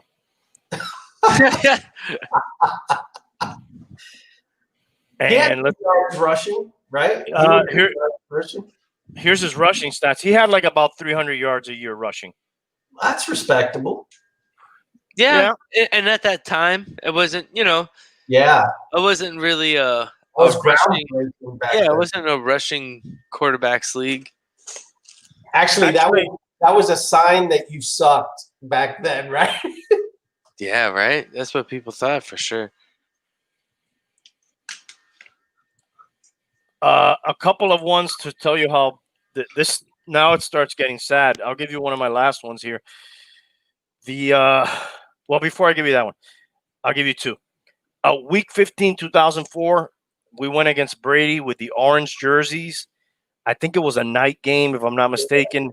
And it was like a no-name team, and we picked them off a couple times. And Arturo Freeman, I think, was it Arturo Freeman or somebody Freeman was one of the safeties. I am Badejo was like one of the linebackers, and we beat Brady and that Patriot team week 15, 2004. That was a great game. 24-0 or something? I don't have the score in front of me, but I know it was like kind of a shocking result. It was super underdog. AJ Feely was the quarterback, maybe? Yes. Yeah. And I'm trying to remember one of the receivers. I don't remember his name. That game has a name. I can't think of what it is. A Night to Remember or The Impossible Night or something like that. Yeah, it has something to do with the it's got a name. Yeah, it had something to do with the orange jerseys, maybe. I don't know where mommy is, and I'm sorry that the Dolphins lost today, honey. You can take that shirt off now. Over there. Out here. The last one is, and we fucking missed this thing walking down the tunnel. I love Rich Camarillo. He catches the touchdown to secure the non-0-16 season. I don't even remember who threw the pass to him. Cleo Lemon. Oh, Jesus, he ended up being a lemon. I think it was Cleo Lemon, but no. It was either Cleo Lemon or John. What was that guy's name? It wasn't it Clemens? No, Cleo Lemon was the guy. What was the guy that we got from Utah? Or he was a Mormon? John Buck? No, John. No, that was Beck. John Beck. It was either John Beck or Cleo Lemon, who they used to say used to make fun of this lady who was like a spiritualist, Lady Cleo or something like that, and they used to call him that or something. Yeah, that was the whole Feely, Trent Green, Cleo Lemon, Dante Culpepper, Joy Harrington, AJ Feely, Gus Farad. Like, give me any fucking guy you got. We'll fucking try him. It was a disaster, dude. Sprinkle in a little Nick Saban in there.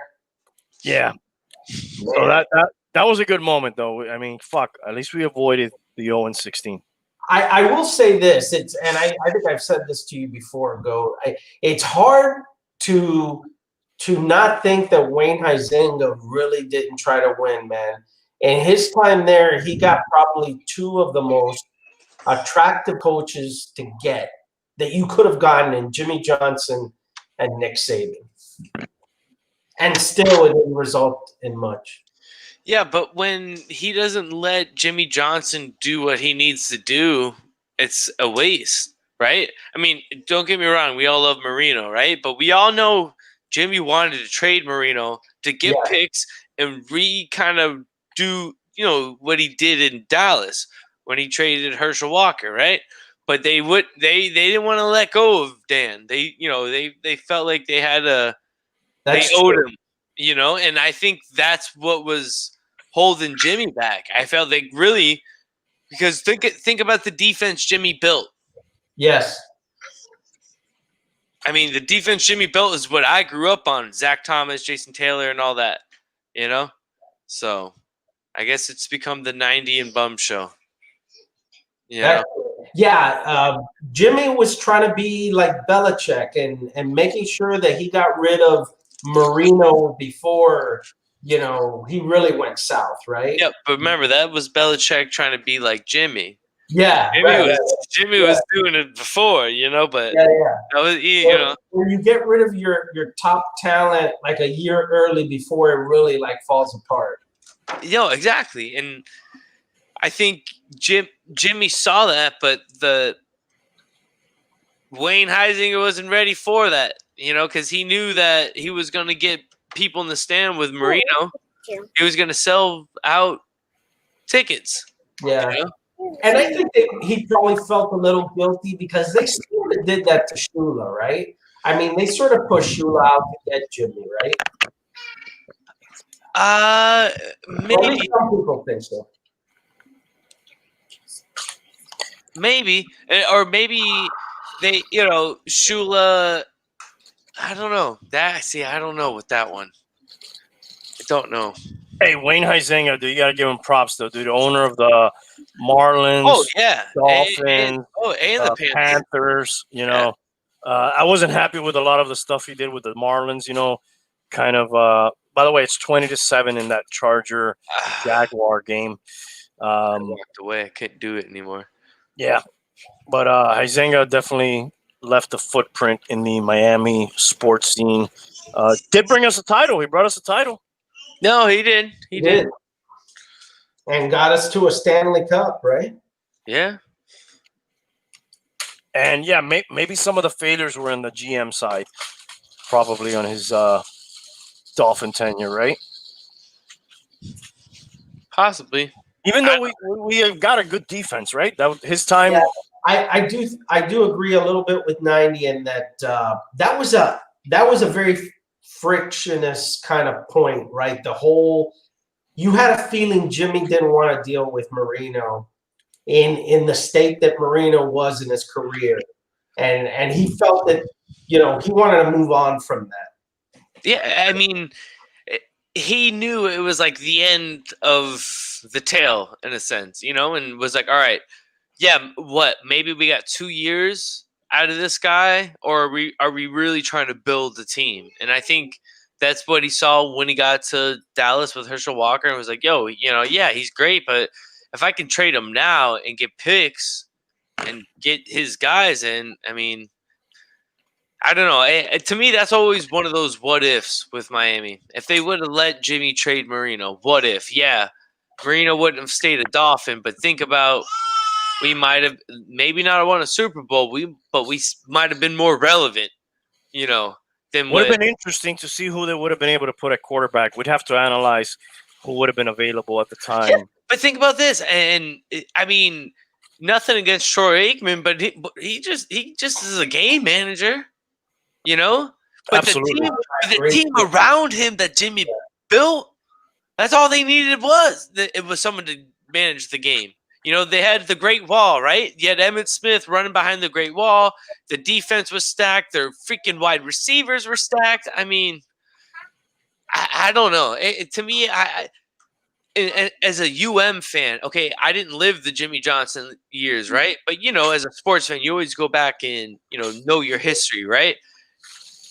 We saw what Jimmy did with the University of Miami. We saw what he did with Dallas. I just would have loved to see, because I still think that was the end of Jimmy's prime when he was here.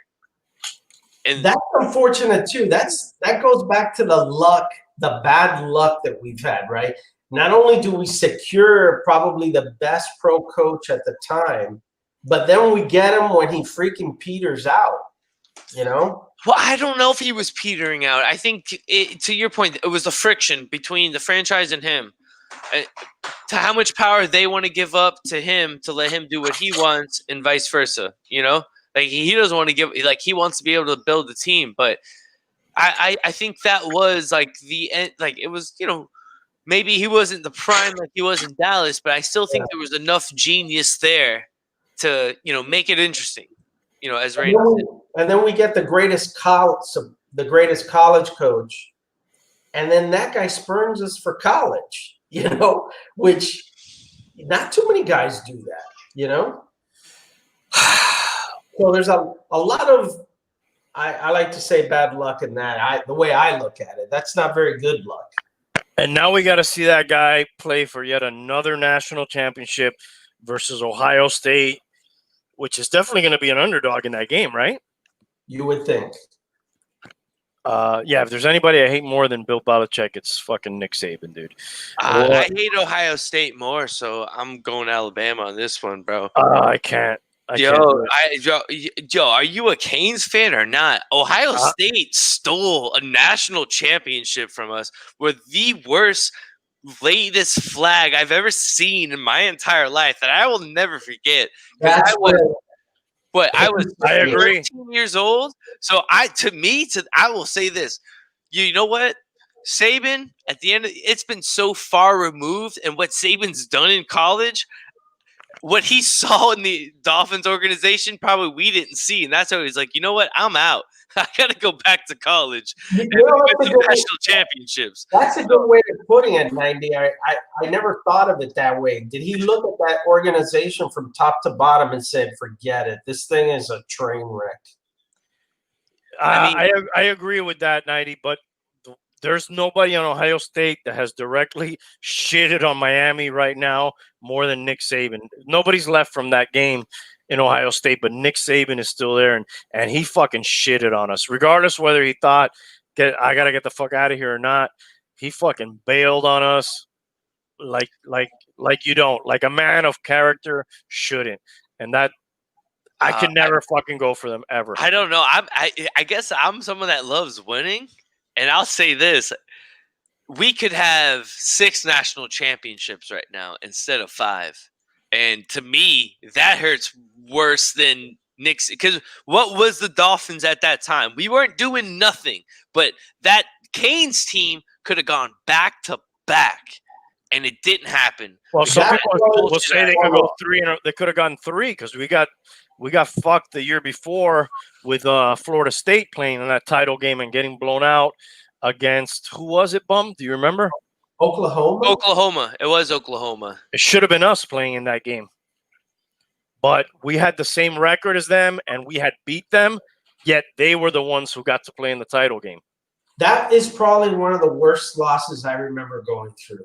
That Kane loss to Ohio State. Bro, I don't know, man. To me personally, I'm going Roll Tide on this one, man. I might be crazy to some people, but for me personally, Roll Tide. Fuck Ohio State. Ohio sucks. I don't want to hear none of that Ohio chant. And I'll say this: I know we didn't talk about Canes football memories, but one of my favorite memories is at the time I was running I was the store manager of the GameStop right in front of Dolphin Stadium, and it was Saturday night. This is actually a weekend. I get off of work at 5, went to the liquor store, got ready, walked across the street because my car was parked, and I knew I was going to be good. Canes versus Ohio State in Miami. It was the first time, I think probably since that, we whoop up on those Canes. The next, I went out all night partying, Hard Rock, good time. Next day, wake up, Dolphins, Texans, probably the hottest game I've ever been to my entire life. But Dolphins beat the Texans, and I'll never forget it. But, yo, good times then, bro. Fuck Ohio State. Roll Tide. Yeah, it's a fucked up title game. It's kind of like that for me, I never really liked the Seahawks. That Seahawk Patriot game, I wanted them both to lose. There was no way for them both to lose. But what would be worse than that for you? Go like Steelers, Patriots if they were able to play each other in a Super Bowl? Yeah. Well, that would be impossible. But yeah, that if that were the AFC Championship game, I'd have to root for the Steelers by default. But begrudgingly, right? Yeah, I mean, fuck, dude, what a choice that is. The culture up 20-7 on the Jaguars. That is almost at halftime, so it's gonna take a real miracle. You know what, fellas? It's been a good year, man. It's been a good year. We've had some exciting moments overall this year. I'll say that. 10 wins. You gotta fucking take it, dude. You gotta take it. Ahead of schedule with this coaching staff, man. Ahead of schedule. Excited to see what they're gonna do and build on for next year. Definitely draft a quarterback. That will be my final thought. Draft a quarterback, 3rd round, 2nd round, maybe. last round, I don't care, bro. It doesn't matter. Just draft one. We just went over some of their picks. A lot of these guys are not even playing that much, right? A lot of these first, second, even third rounders are not playing. When you look at it in hindsight, what's the fucking difference? Take a quarterback. You never know. Yeah. Might find a diamond in the rough. That guy from Florida State, Frask, I think is his name, threw 3 picks in the bowl game. He opted to play when a lot of his teammates didn't play. He hurt he lost millions of dollars probably. That guy's draft stock has gone down. Maybe you fucking find a way to take a flyer on that guy at some point and see what you have there. And then, you never know. Maybe Tua ends up being the fucking one. Who knows? I could be fucking wrong about him. Maybe they're handcuffing him. Maybe, we don't know. I think it's a little bit of both. But I also think, it's only 9 games in. He's a rookie quarterback. I also believe a lot, from what I've seen this year, maybe not this game because he was coming up against a bigger opponent, but he's always bounced back. The games before where he didn't look too well, the next games he came back out, didn't let it, affect him if Fitzpatrick came in or whatever, and he always bounced back. So I'm excited to see how he's going to bounce back next year. And, maybe he doesn't really have that sophomore slump that they have in the NFL. Maybe he grows and learns from, this year. So I'm excited. Let me muddy the waters a little bit. Is there any, you mentioned maybe Fitzpatrick leaves or retires. Is there any veteran quarterback that suddenly floats towards Miami that is of interest? I mean, there's people talking about, obviously, Cam Newton may be available. There's Matt Ryan's going to be available. Matt Ryan. There's Wentz may be available. I'm not saying, I'm just, as a backup, do any of those options interest anybody? Will the Dolphins even consider anything like that? It's going to depend on the contract situation probably and how much money you got to take on. Even Jimmy Garoppolo, they're talking about moving on from Jimmy Garoppolo a little bit. I don't know how legitimate that is, but they're saying the Niners may draft a quarterback. Drafting a quarterback is another thing from saying, we're moving on from Garoppolo. It's kind of like what we're saying, draft a quarterback. We're not necessarily ready to move on from Tua yet, but, they're talking about that too. I think you got to keep all your those guys know, dude. They're going to keep all their radar, scanning to see what's out there. And if there's a chance, I would hope that they know enough to do it, And there may be some young quarterbacks like Darnold and Minshew that may be available too. There's all sorts of things, yeah. Low risk, high reward, I'm all in for. And I'll say this. What this coaching staff and, I guess you could say the general manager, what they did with Josh Allen, or Josh Rosen, sorry, Josh Allen just keeps popping in my head. We got the wrong Josh. I know. I feel like the other night when you kept calling Fitzpatrick Fitzgerald. Every time you called him Fitzgerald, I took a drink, just so you know. It was a drinking game. Yeah.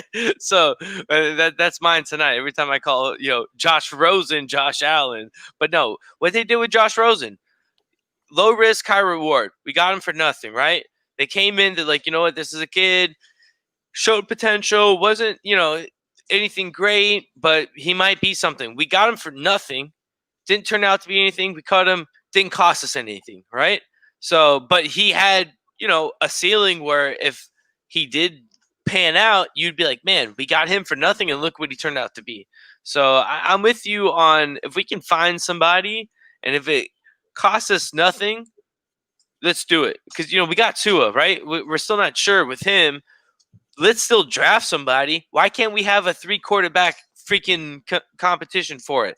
Draft somebody in the 3rd or 4th round and maybe go get a veteran freaking quarterback if, Fitzpatrick decides to retire or wants to move on. So why can't we do both of them? I don't know. I'm one of those. Be able to convince Fitzpatrick to come back. I think he'll come back for a backup role, and even if it, was a little less money. I mean, the guy's banking right now just being a backup, right? So I'm sure he would take it. So yeah, I'm fine with those.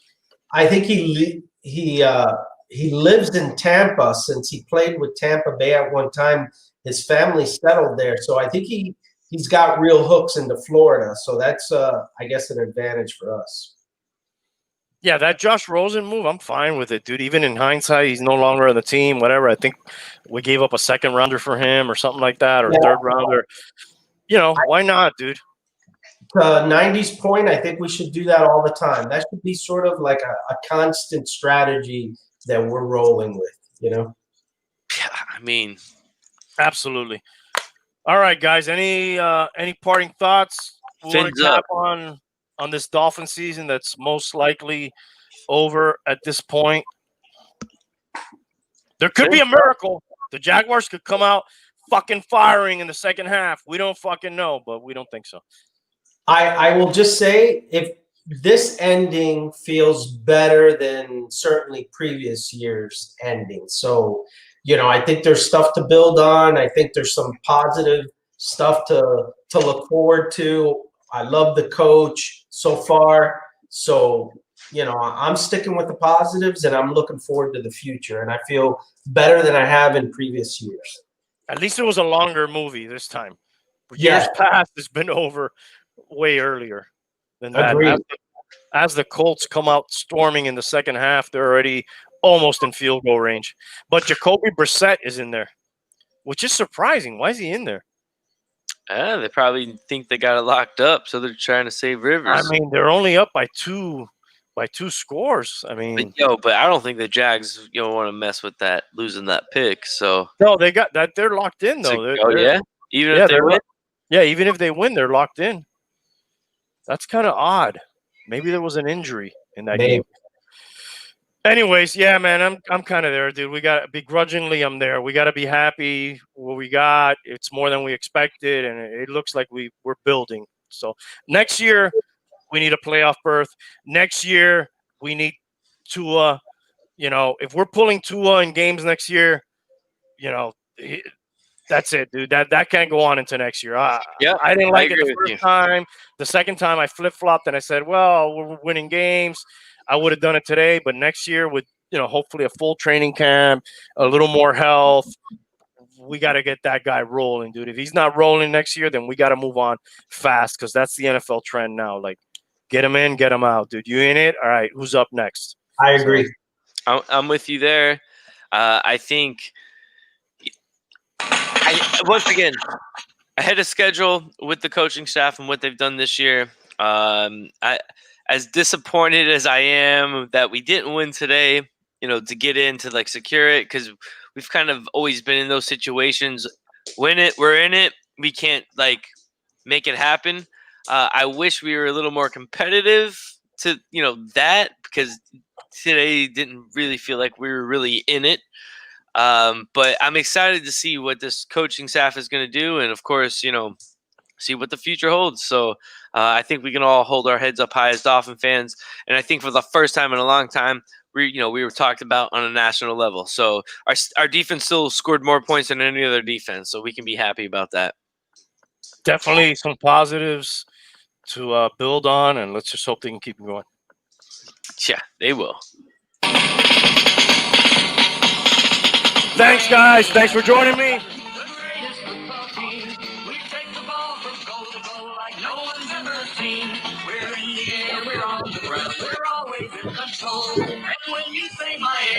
You're talking toilet bowl. Miami Dolphins.